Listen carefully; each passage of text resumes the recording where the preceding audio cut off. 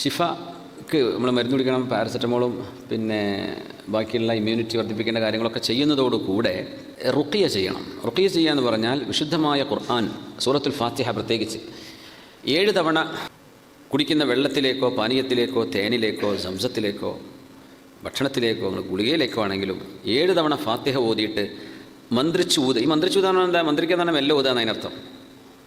മെല്ലെ ഓതിയിട്ട് ഊതുക, അതിനാണ് റുഖിയ എന്ന് പറയാം. അത് ചെയ്തിട്ട് നിങ്ങൾ മരുന്ന് പിടിച്ചോളൂ അതോടുകൂടെ. അപ്പോൾ അതിന് ഷിഫ അള്ളാഹു എളുപ്പമാക്കി തരും. ഇതൊക്കെ അള്ളാഹുലേക്ക് മനുഷ്യനെ അടുപ്പിക്കാനുള്ള വഴികളാണ്. ഏത് അസുഖം വന്നാലും മുസീബത്തോ ഇതൊക്കെ അതാണ്. അപ്പോൾ അതുകൊണ്ട് എന്ത് വെറും മെഡിസിനിലേക്ക് മാത്രം എന്ത് ചെയ്യരുത്, ചിന്ത കൊടുക്കണ്ട. മെഡിസിൻ ചെയ്യണം, മെഡിസിനെ ഉപയോഗിക്കും വേണം. അതിൻ്റെ കൂടെ എന്ത് ചെയ്യണം, റുഖിയയും മുഅ്മിനീങ്ങൾ ചെയ്യണം. മരുന്ന് ഏതായാലും ഇപ്പം ജലദോഷം പനിയൊക്കെ ഉണ്ടെങ്കിൽ നമ്മൾ തൊണ്ടവേദന ഉണ്ടെങ്കിലൊക്കെ എന്തായാലും നമ്മൾ മരുന്ന് കുടിക്കും.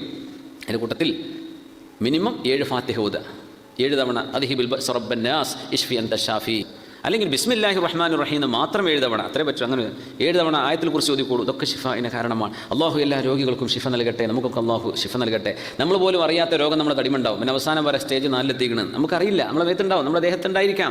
അള്ളാഹുവിനോട് കാവൽ ചോദിക്കുക, പടച്ചവനെ മാരകങ്ങളായ എന്തെങ്കിലും അസുഖങ്ങൾ ആർക്കെങ്കിലും ഈ സദസ്സിൽ ഇരിക്കുന്നവരോ നമ്മുടെ പരിപാടി കേൾക്കുന്നവരോ പിന്നീട് കേൾക്കുന്നവരോ നമ്മളുമായി ദുആ വസിയത്ത് ചെയ്ത ആൾക്കാർക്ക് ആർക്കെങ്കിലും ഉണ്ടെങ്കിൽ അള്ളാഹുവെ നീ അതെടുത്ത് നീക്കി വൃത്തിയാക്കി ആഫിയത്ത് നിലനിർത്തി തരണേ പടച്ചവനെ.